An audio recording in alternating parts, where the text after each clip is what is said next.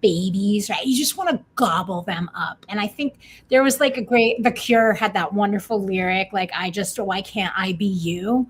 Like when you're obsessed and you just want to possess that thing, that person, when you want to devour them.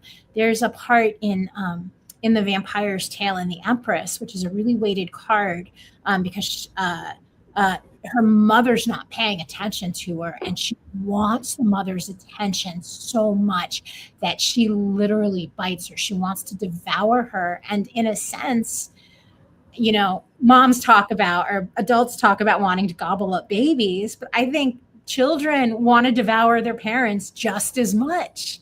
Yeah. You're mine. You are mine. You are, and it's intimate and intense. So Love that. I would see your kid who went away for school too, right? They just graduated from Bard last year. When I would see my kiddo when they were at school, for the first time, I'd wrap my leg around them and hold them, and I'd go, I just want to melt into you. So that's for me. I just want to be one with you in the best way possible. In the best way possible. Oh, that was a 3 of Swords that I did not expect when they left for college. Yeah, but I'm excited they're back and back in our lives. And to the other, I guess I did neglect to even talk about the wanting to eat your lover, and wanting to devour your lover, and then that ultimate consummation in consensual, erotic, really wonderful love, where you literally are devouring them, and then the 2 of you or the 3 of you, 4 of you, whatever you've got going on, that you ultimately transcend your own bodies. I think sex is one of the most metaphysical things that everybody does, but they don't really call it that. But you're literally not in, you're literally transcending together. Yeah. It's an exchange of energy. When it's good. For sure. And if you're both on the same page, then it's magical. Which brings me to my next question, which was about consent. So they're the masterclass. Vampires are the masterclass in it, right? About consent and boundaries, or lack thereof. So what are your top boundary cues that you look for in a reading, or that you teach in reading, using tarot? Reading. Boundaries in a reading. Boundary cues. Meaning, how do I know when I'm stepping over a boundary and I need to bring it back in? Mm-hmm. Or where would how you share that information that is coming through in a way that is, yeah.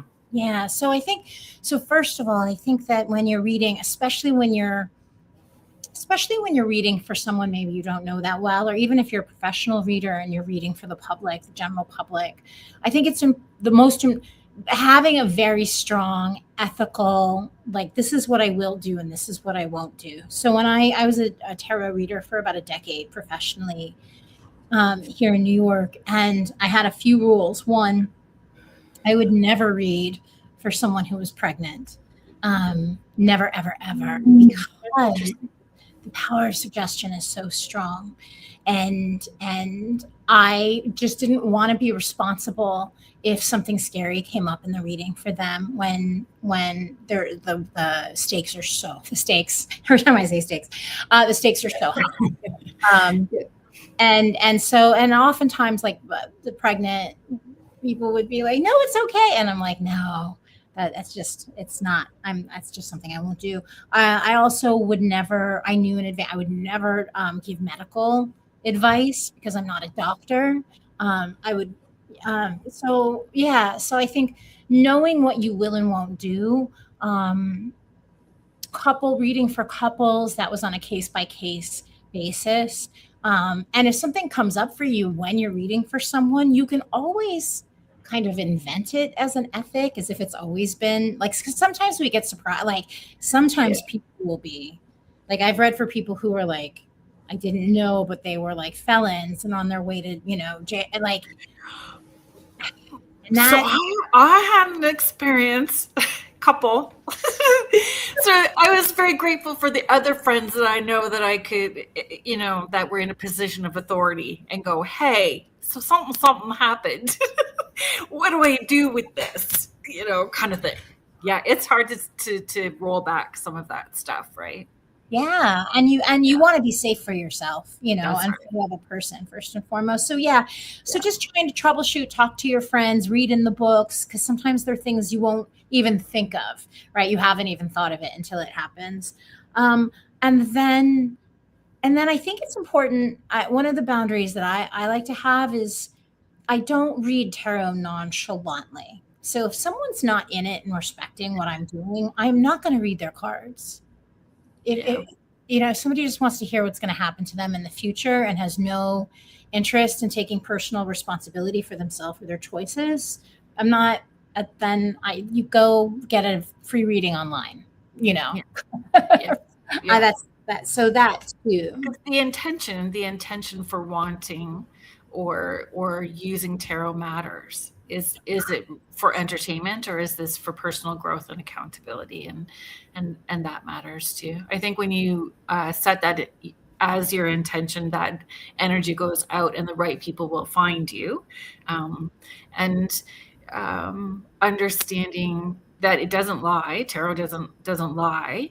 So if you are imbibing in whatever you may be imbibing in, you may not be in that emotional space to understand what is, or you'll perceive it through a different lens, and that can be that can go sideways, right? So you're Yeah. not having a drinking party and reading tarot.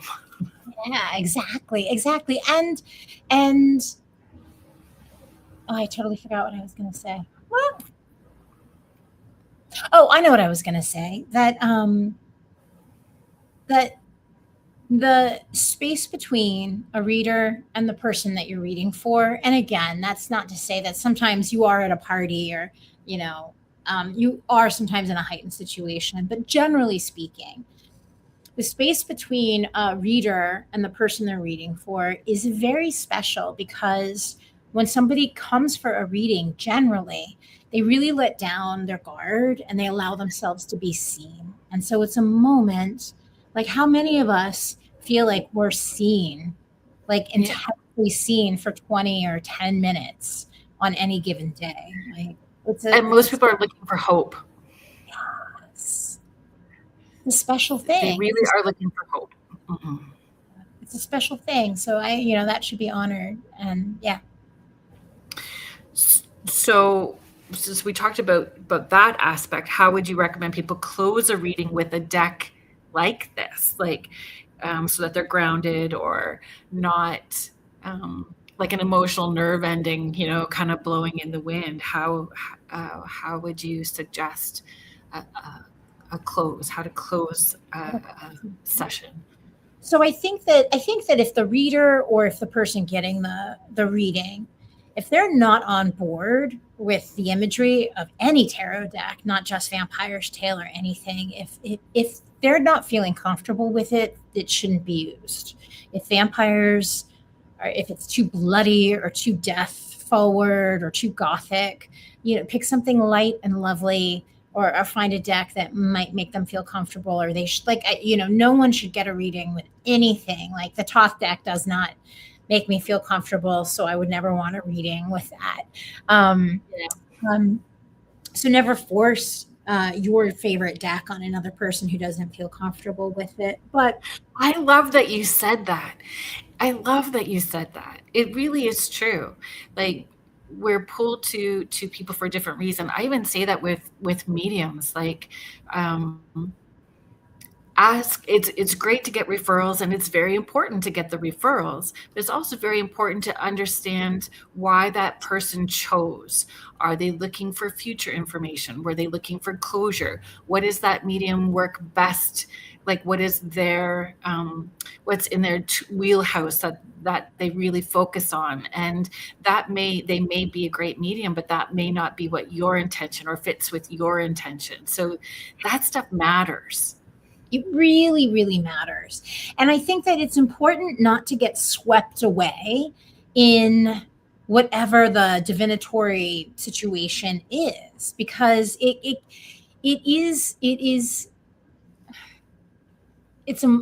can be very emotional. It can be really heightened. And while it can be astonishing what happens, you don't, it's important not to lose yourself in it. I mean, again, it's knowing your boundaries. Yeah, which is the question that I wrote next, actually. If someone's drawn to this deck, to the Vampire's Tale deck, because they're in that vulnerable season, if they're in that vulnerable space, what's a supportive way to use the deck without turning it into doom scrolling? You know, doom scrolling a tarot deck. I've snaps to that. That I have just added that to my vernacular. Thank you. You're welcome. Oh my gosh. Well, because the deck takes a really positive attitude towards death, and in terms of and in a philosophical way, right? Everything is dying so that we can live. Even if we're vegetarians, right? We're eating plants and roots and all of those things. So, how not to doom scroll? Once again, pull out a card, get the card for your question. And even if you don't like it, and even if you want more, sit with the card. Let it be the card.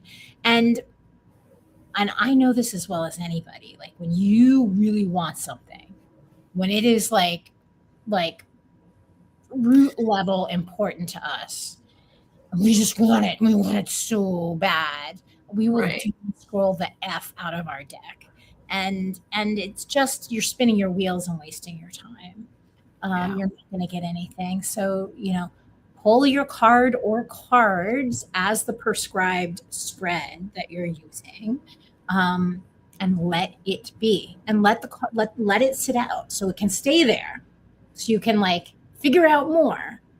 And then that's the other thing is when you know what the card, when you know, then so when you know when it's bad, when it's giving you the or when you know that it's giving you the information you don't want to hear, you're rewarded on the other side when it gives you the information that you do want to hear, and that day will come. That day will come. I had a moment. I had something like that recently, and it was great because I knew beyond a shadow of a doubt I was in alignment with this thing. High intention, low attachment. Yes. Really letting go of that expectation. And I find with those, exactly what you said, I need to let it sit on my desk and let it be there for a full week, not just an hour and come back. It's really sit with it. And in those different times of day, I may have pulled it when I was overtired, and my Chihuahua brain is loud when I am overtired. So, first thing in the morning, I am good first thing in the morning. I'm a first thing in the morning kind of person. So I come back to it first thing in the morning and I have a whole fresh approach to it and perspective with it. So needing to look at it in those different times of day and different emotional spaces makes a difference. And you're also going to understand more nuance to the card. That's, and that's the other side of this, right? Leaving the cards out, in a sense, there was a great exercise I did in college in an art history class where we had to go to the Metropolitan Museum of Art or some museum. I went to the Met and gaze into a painting for 45 minutes and just see what happened.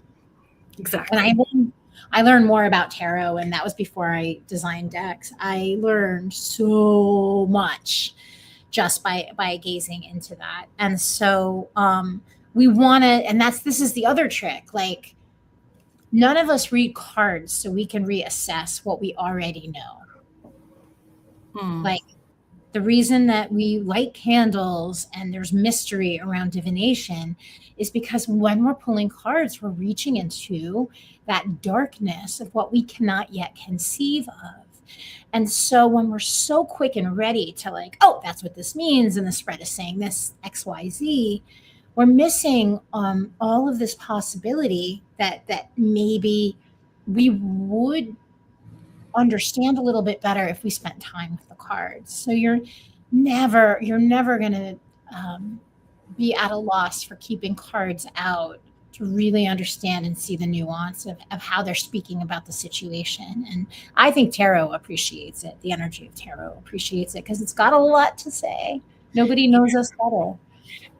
And we need to build up a relationship with each one of those cards to begin with. So like that's what I like. And it takes such a long time, but taking one out and then just sitting with each one and then feeling confident to actually use it, but spending time with each card first before actually doing a reading with them, which may sound bad, but I do have like a serial killer tarot deck. Really? I do. I do. And so, yeah, so that's a whole other level of, my weird self, but that would be one of those ones too. Are you a true crime girly? Oh yeah.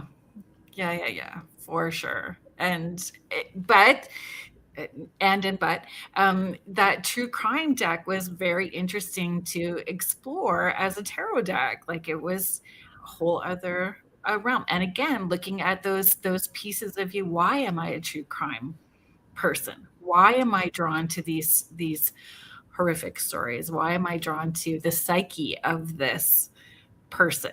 And it's interesting to explore, folks. Good for you for exploring it, for being willing to like dive in and be curious about yourself. Mm-hmm. Mm-hmm. And then you get the vampire coloring book and the vampire or the serial killer coloring book, and you bring some light side to it afterwards. It's like watching the horror movie late at night, and then you have to watch like the unicorn videos before you go to bed. Or at least with my kids. I don't anymore need to do that because they're all adults now, but it's how we used to have to roll. We're going to watch Poltergeist, and then we'll watch something fun. Some Little Bear. Yeah. Okay, I wanted to say, you know what? We're going to do the station ID just because I forgot at the top of the hour. So we're going to do that really quickly. Folks, if you are just chiming in or listening to us now, thank you so much for joining us. You are listening to Spirit Switchboard, and I am your host, Carrie Lynn Shellhorn, and you are listening to us live on the United Public Radio Network and the UFO Paranormal Radio Network, 105.3 in the Gulf Coast and 107.7 FM in New Orleans. If you are liking what you are listening to and want to explore more of what UPRN has to offer, you can head to uprntalkradio.com and we find out more about our hosts and shows, access the thousands of archives that we have. We would love to hear from you. If you have an idea for a show, if you'd like to be on the show, please send me an email at carrielinsporch@gmail.com. I'd love to hear from you. Cindy has a question for us. Today's guest is Sasha Graham, Tarot Diva, and we are talking about Vampire's Tale Tarot deck that is coming out this September. Cindy is asking, can I ask if you are solid on using a certain spread, or do you think allowing the jumpers to be the reading? I don't know about you. I live for jumpers. And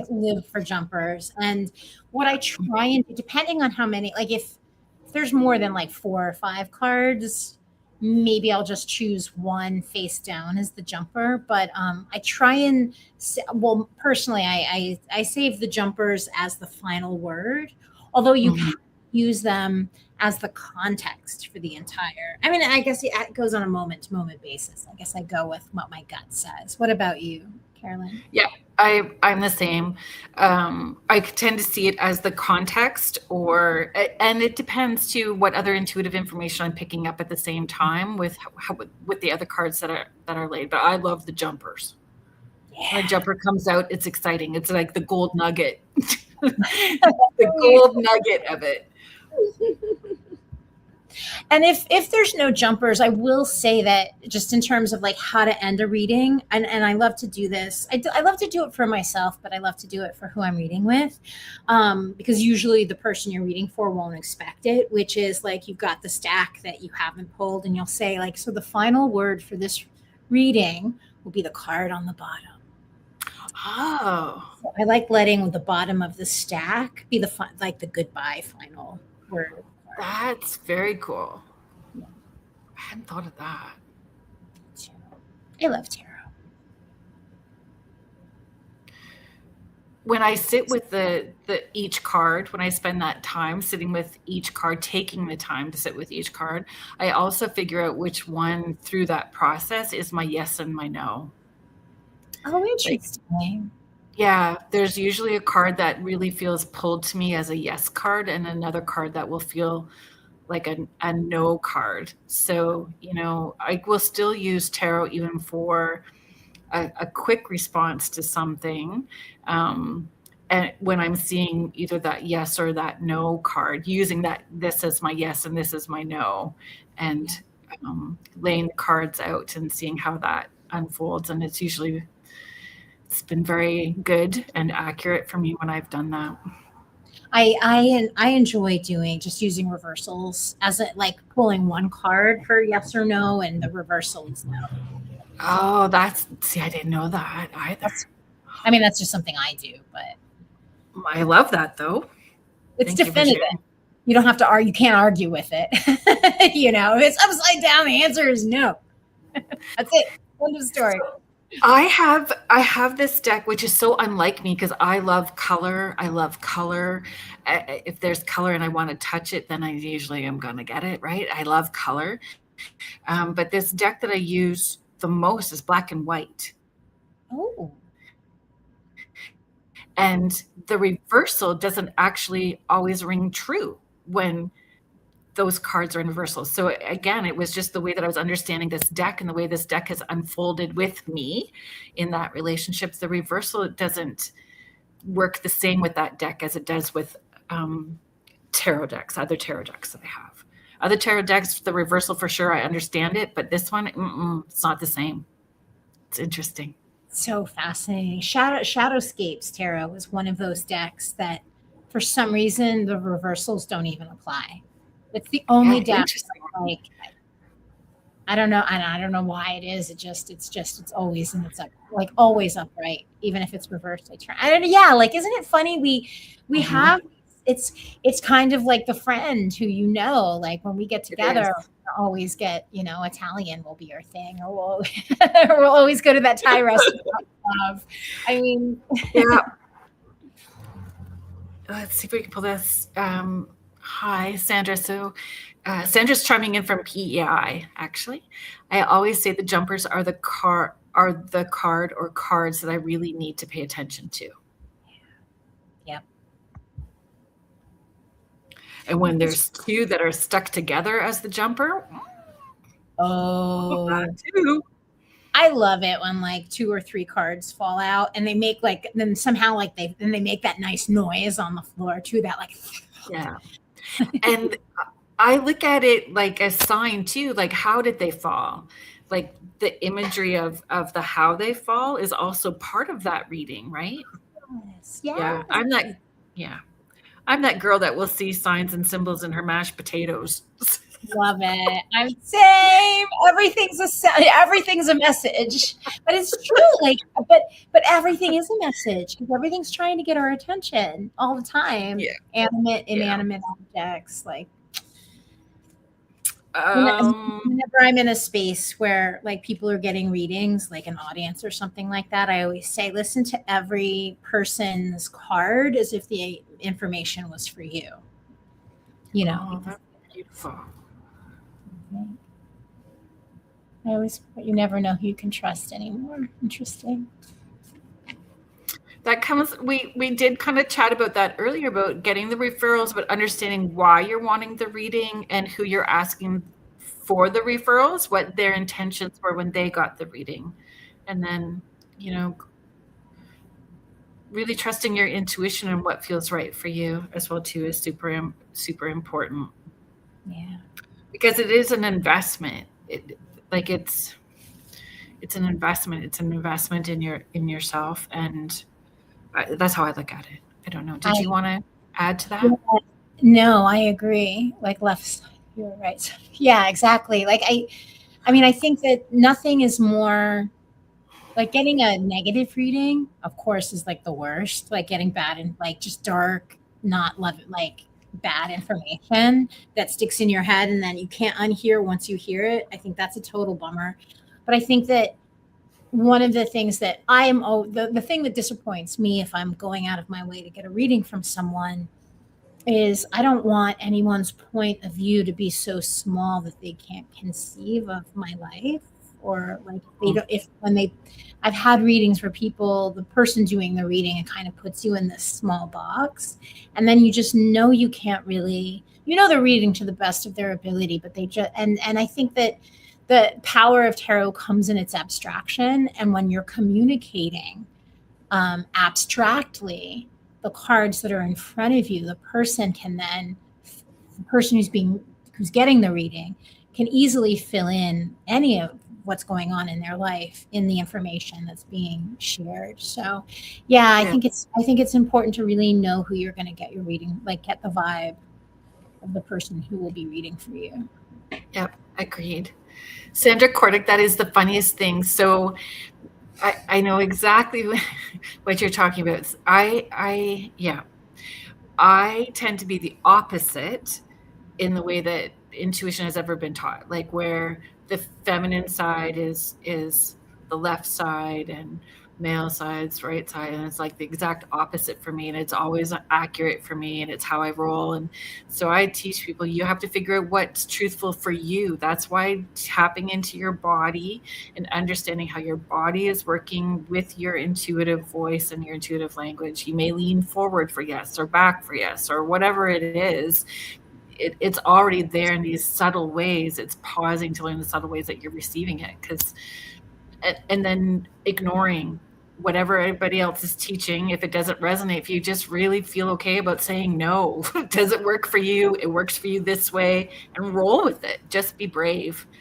Be brave and And roll. not, and I do think that, and it's a fine line as a teacher, I Yeah. suppose, like not, it's, we're talking, when we're doing tarot, when we're talking about tarot or intuitive or psychic classes, we're talking about ineffable things. We're talking about the invisible world. We're talking about embodied sensation. So language doesn't really do a lot of this stuff justice. And so there's the tried and true words that are always used. But I think that they really box us in, and it can just be easy to agree with someone who's an expert, because they're well versed in the language of that particular thing. And it's just really important, I think, not to give your power away, to That's always, right. I'm very skeptical, even though I operate in the world of metaphysics. Like I want to Yeah. know if something's happening, that it's really happening.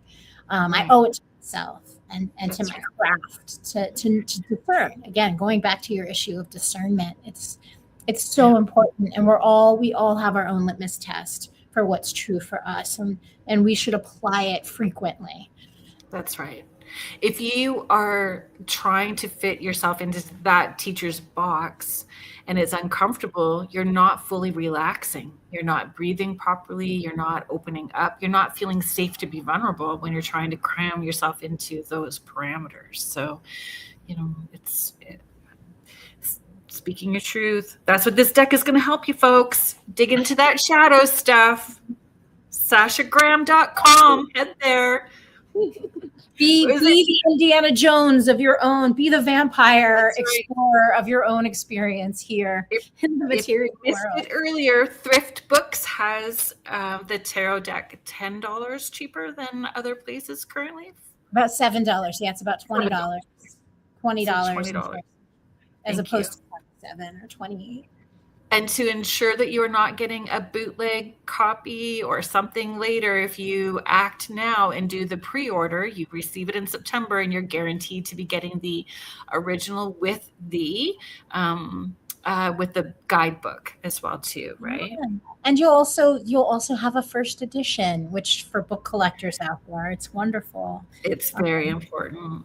yeah. And so originally I had wrote this, but you did talk about it at the beginning, so you we can skip over it. But I am going to, just because I had written it, like um, the guide. So I had written what's different about the guidebook for the Vampire's Tale Tarot, and and is it more story driven or spell work, ritual, or shadow prompts technique? It's so it, I know that we did talk about it earlier, but would you talk about it again for folks if they're just chiming in?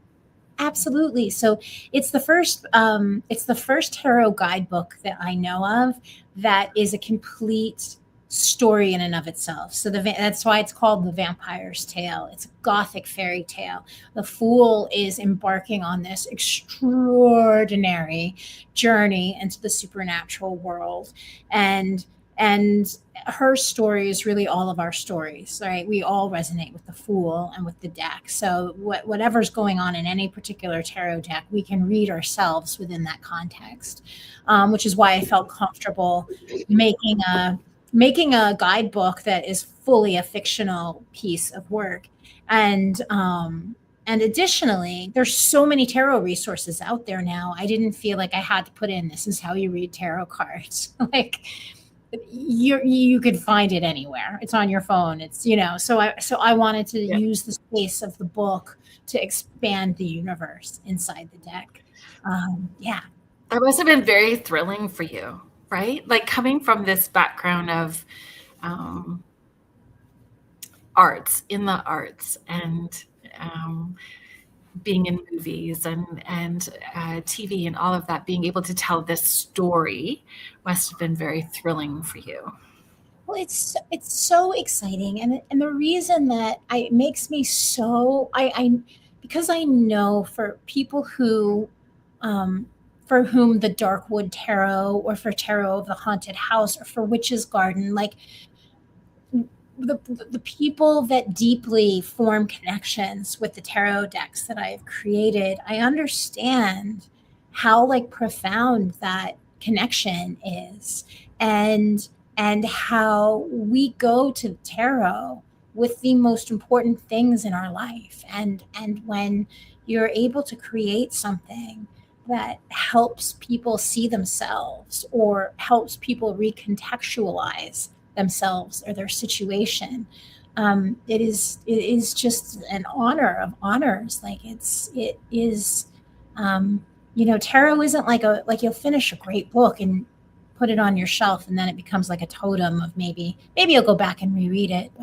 But tarot decks are evergreen and they're with us through thick and thin, and like it is just the honor and joy of my life that I'm able to do anything that resonates with people, that helps Yeah. them figure out their stuff. That just Yeah. And it really is with us through all the different seasons, right? yeah, yeah. So the one card you can't wait for people to meet. Ooh. I love my Five of Wands. Should I tell Okay. you? So are you not, don't share? Let's wait and see what the Five of Wands is going to all be about. Are you going to? I mean, I could tell you. If you want, I don't have to, but the Five of Wands is Five of Wands, folks, the one she can't wait. And so now we need to remember that so that we can all make a post about it later. Hashtag Five Wands. Five of Wands, Vampire's Tale. Vampire's Tale. Do. Okay, a card that will trigger people in a useful way. Oh, I think the Nine of Swords. Gosh, I go back to the Nine of Swords. That card is externally triggering, but then we know that the Nine of Swords is the triggering that we do to ourselves internally. So I think that will be triggering. I think for anybody who is the slightest bit homophobic, they'll be triggered by a lot of the cards on this deck. There's just lots of love in all the different ways. What else might be triggering for people? The Ten of Swords is a vampire taking their own life. So yeah, so there's suicide in the deck as well. But of course, like, I mean, some like really, do we want to live forever? Like this vampire, he's clearly like at the end of his 800 years, or whatever. So yeah, so that could be triggering. The book could be very triggering. There's violence and blood, and yeah. There is Maggie Gyllenhaal just did an interview. Did you see that, for The Bride? I cannot wait to see The Bride, and I've been watching her interviews, so I'm excited to hear what you say. Well, because she was talking about the violence, so there was people complaining about the violence in it, the sexual violence that was in it, and she said, "But we have to have these conversations, and we don't necessarily have these conversations," and so her desire to keep it as is, because it was triggering in a way to have these conversations, right? So yeah. Your favorite suit in the deck? Do you have a favorite suit in the deck? Why would you have a favorite suit? I do. And to your point about the sensory bits, I loved making the cups vampire mermaids. That was so exciting to me. And I love that you did that, because what made me giggle when you talked about it? I have a 5-year-old granddaughter. What? And yeah. And she calls me Queenie, which is super fun. So I get called Queenie. Yes, ma'am. So she calls me Queenie, and she is a little dark gothic baby. Always has been. And so she loves mermaids, and she's got this coloring book, and she made them all into vampires. She drew little vampire teeth. I'm going to take a picture of them and send them to you. She made every princess in this book a vampire. I'm going to take pictures and send them to you. I'll post them online and tag you. I'm obsessed. What? And of course, it's your granddaughter. Right? Yes. Generation. I think she's going to have it going on for sure. So yeah, that was the That's fun. Yeah, no, and there were a lot of vampire. I got to put them in places like Venice, places where, and yes, and I've just never really had an ocean environment outside of like maybe the King of Cups. So it was really fun to play with that, and all of like the tsunamis and watery. It's just so sensorial. The brine, the salt. I don't know, the glistening scales, and yeah, and that vampire, like once they leave the ocean, there is no going back. So like 8 of Cups is a vampire leaving her aquatic world behind. Her world. Amazing. Yeah. Melissa is saying pre-ordered. Yes, thank you, Melissa.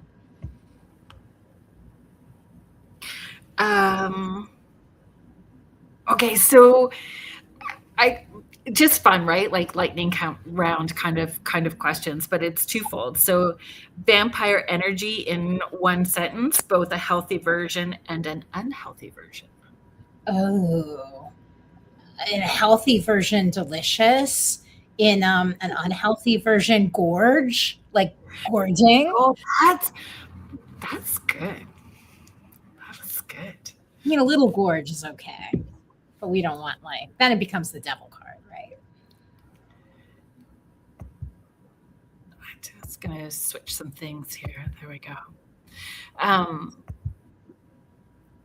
Where are you going to be next? Where are you teaching, talking?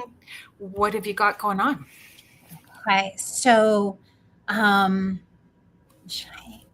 guess I should say, so I am taking actually a bit of a pause for the next month or two. So I just was teaching at Kripalu. I'll be back there again teaching a 5-day yoga and tarot retreat with my co-teacher Allison DeNicola in July. And this hasn't been announced officially, but I'm going to go ahead and share it with your viewers. I'm really excited about this. You're first, folks. So breaking news. But it is actually breaking. because we are going to make an official announcement. So I've teamed up with a production company and have created a one-woman show called Sasha Graham's Ghost Stories and Tarot. And we are slated for 24 performances at Edinburgh Festival Fringe this August. Oh, how fabulous. So it's kind of, this fall is going to be crazy. So I'll be doing a show every day in Edinburgh for August, and I fly home. And the Morgan Library here in New York City is doing a huge tarot retrospective. It opens in June, and it's going to run through early October. They're bringing the Visconti Sforza deck is going to be complete. All 3 portions are going to be there. Wow. It's going to be an extraordinary exhibition. So I fly home from Scotland, and I'm doing an evening how to read a tarot card with Sasha Graham in the Red Library after hours. Oh, exciting. In the gallery. And so then like 3 days later is my kickoff signing, the beginning of my tarot deck book tour. And that'll be at Forbidden Planet, New York City. Then I'm going to go all around the country, and then I'm off going back to the UK in October as a keynote for the UK Tarot Conference and doing book signings there. So because August, September, October is just going to be so full, I'm taking thank you so much, Kathy. I'm taking the next few months to develop the show, to catch up on some other writing projects that I have coming out that I can't talk about yet. So right now, this spring and early summer is going to be about creation, and then I'll be out and wild in the world. I'm so excited for you. Like, what a magical time period this is. Like 2026 for you. It's magical. I mean, and the energy of this year, this spring, oh my God, like it's just, there's a lot of energy that's being kicked up, and I'm delighted to have a place to funnel it. And people are ready to, and just craving it. They're craving. They're craving. They're thirsting for it. Yes, they are. It's amazing. Thank you so much. It's always a pleasure hanging out with you. Oh, thank you so much. It was great coming back. I hope I can come back again when I have another deck out. Yeah, I'm glad the timing worked before your schedule got you traveling all over the place. So I'm glad that we caught you now. So anytime, you're welcome back anytime. Thank you so much, and good luck with everything. Thank you. I'm really excited. Amazing. Yeah, it's going to be amazing for you. Thank you so much, everybody that was hanging out in the chat. I know it was we were very caught up in the conversation, and we didn't pull you all in like we normally do. So I appreciate you guys hanging out and your comments. And we did read them, even if we didn't bring all of the comments up on. So we do appreciate that. Carrie Fast is just saying, I discovered tarot a few years ago and loved the chat to talk about cards. Yeah, thank you so much. Thank you to Joe Montaldo, our owner, and Michelle DeRoche, our network manager, who did chime in just to check in that it was going smooth for us after our little bit of a bumpy start. But yeah, so thank you to UPRN and the UFO Paranormal Radio Network, 105.3 in the Gulf Coast, 107.7 FM in New Orleans. Thank you, everybody. And we'll see you next week, next Friday. Take care, everyone. Have a great weekend. Thank you.